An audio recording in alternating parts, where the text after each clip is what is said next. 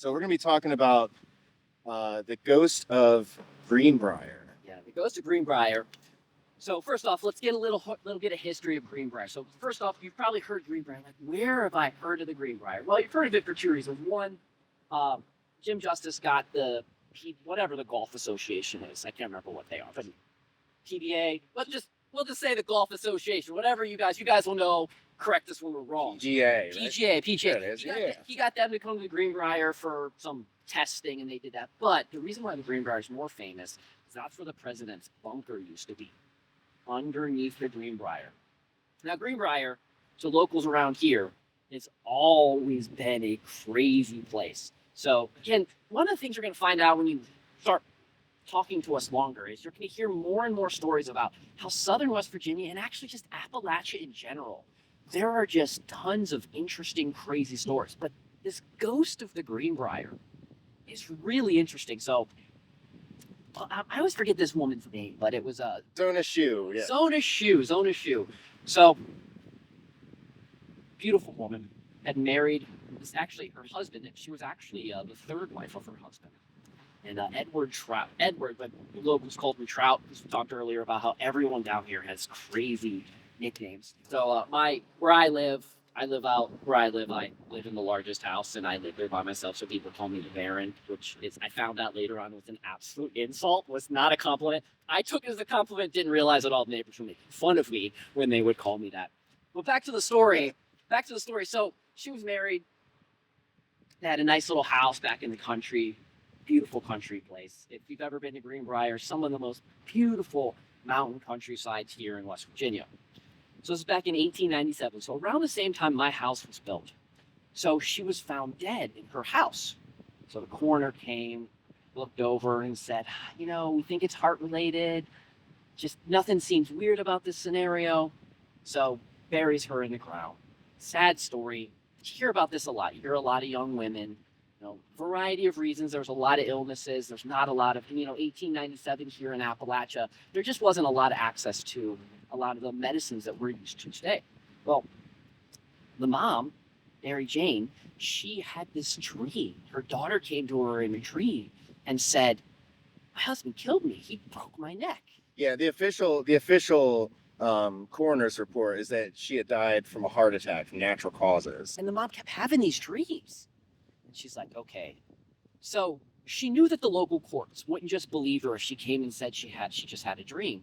So here's the crazy part. So she went to a seance. And at the seance, everybody got to hear the story of the ghost coming and telling about that her husband broke her neck. Word got around town. Everyone believed the story. Mm-hmm. There really wasn't an exception. So there was a lot of pressure to sort of dig the case back up and sort of reinvestigate exactly what happened to her. So she found one of the local judges whose wife was totally believing in seance and that kind of stuff. And she convinced this judge to get one of the coroners. And what I mean by convincing the coroner, sometimes to convince people around here, a quart of moonshine is a wonderful way to convince people to relook into things or to help you get something to move forward a little bit. So probably still applies today. It absolutely does. I've been here for 20 years. It absolutely still applies today. So the coroner went, and they go and they dug her up. And they noticed that things were not as it seemed. So they went back to the trial. So then they opened up the trial. They arrested Trout and put him in jail. And in jail, he was bragging about how, he's never going to get arrested, blah, blah, blah. These people are crazy. They're going to use a seance. They're going to use a ghost to convict me. Everybody thought it was insane. He thought it was insane. But when he sat down into a jury, this is the interesting thing. And this is why don't ever underestimate jury, and especially local people. So the jury came and they heard, well, some of those people totally believe that are in the jury, totally believe in seances. And so the mother, she gets up on the stand and she says, hey, we went to the seance and I've had these dreams. And my daughter said that her husband broke her neck. And that in turn led to the jury convicting him of murder. They actually did a second autopsy on the corpse and found several, I think her vertebrae were crushed, or some of the discs were bulging. So it showed that she was very clearly strangled. She didn't die from a heart attack, which kind of makes you wonder a little bit, like, was there something there in the beginning? Like, was this guy, was he really liked by the locals or something, and they were trying to get him off? This was his third wife. Okay, I found this out. I looked into this guy a little deeper. This was his third wife, and his first wife died mysteriously as well. They never looked into that. And his I guess his second wife, she died of what your typical, I think, what did they? It's called something like sour milk. It's when it's when they don't know why, when they don't really know why you died, but you died of an illness that slowly started. You know, you went from being functional to then being in the bed to then just not dying. So like sepsis or something. Like Yeah, some and kind they had a name. They had a name for it back in they would say it's because you were drinking sour water or sour milk, and you didn't have access to the good medicine, or you didn't have access to something at that particular time. And so, while the locals didn't actually know this because he wasn't originally from this particular town, this was stuff they looked in later. Mhm. And so, like, he might have been a serial killer, and the ghost in this story with this ghost just caught it really early on. Yeah.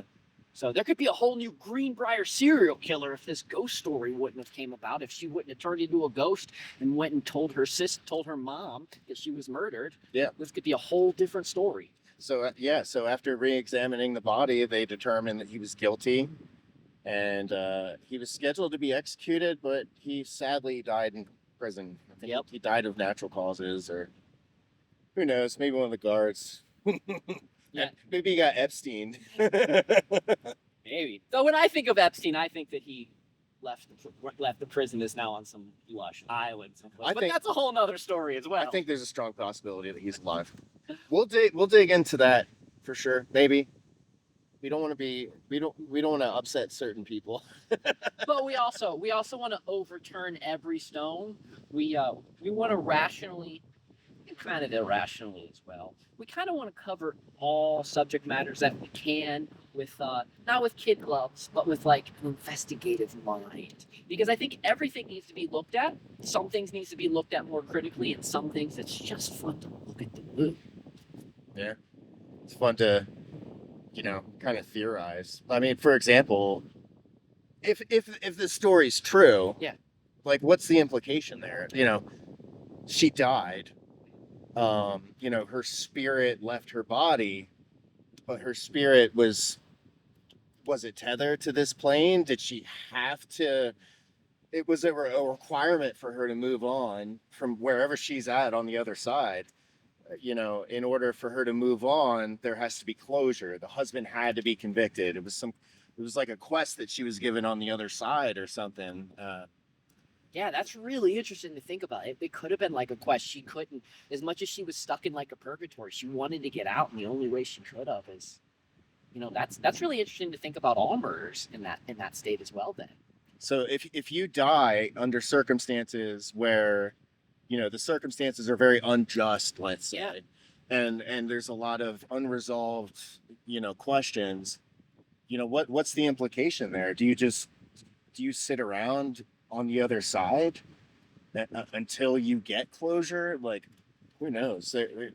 It seems like if that's true, I mean, there's a whole nother set of rules after you die, which the implication of that is, it's just wild to think about. I mean, or it could even be, if we want to go more Eastern, more esoteric and stuff like that, is maybe they had to wait for him to get his karma. His negative karma on his particular soul. So his next life, he could actually be built up with that negative karma. There's that weird way to think about it as well. And she had to do these steps to get that negative karma put on him. Yeah, and that's another thing. That kind of makes me question, these convictions that we have pretty commonly in the U.S. Like, if you do something really, really egregious, they'll convict you for multiple lifetimes. Yeah. What does that mean? Like, what do they know? What do they know? That's what I mean. Yeah. Because the entire process of being in a court, it is based on pagan ritual. It's the same, the black robes and everything. It was actually more of a religious type ceremony where you were pretty much locking up someone's soul. They were like, if you say no, I won't tell the truth, they're gonna put you in jail. They're gonna actually force you to do that. So that's really interesting. So yeah, what part of the ceremony have they forgotten to tell us? Because there's a lot of times that maybe they're not even doing it on purpose. It's just we've got so used to doing the ceremony that we forget the steps. Yeah. Well, it almost seems like a prepackaged sin too, to swear on the Bible, because you're not supposed to swear on. You hear a lot of people, they'll be like, I swear on my child's life, I swear on my wife, I swear on this. Like, people say that, but like karmically, you shouldn't be doing that. You shouldn't be making that investment on your mom's wife, or your mom's life, or your wife's life, or your child's life, or something like that. So it's almost like putting your hand on the Bible. That might be just sealing the deal right there. I swear on the life and death of Jesus Christ, that when I'm saying, like, there is some heavy weight to that, like from a metaphysical standpoint, you know what I mean?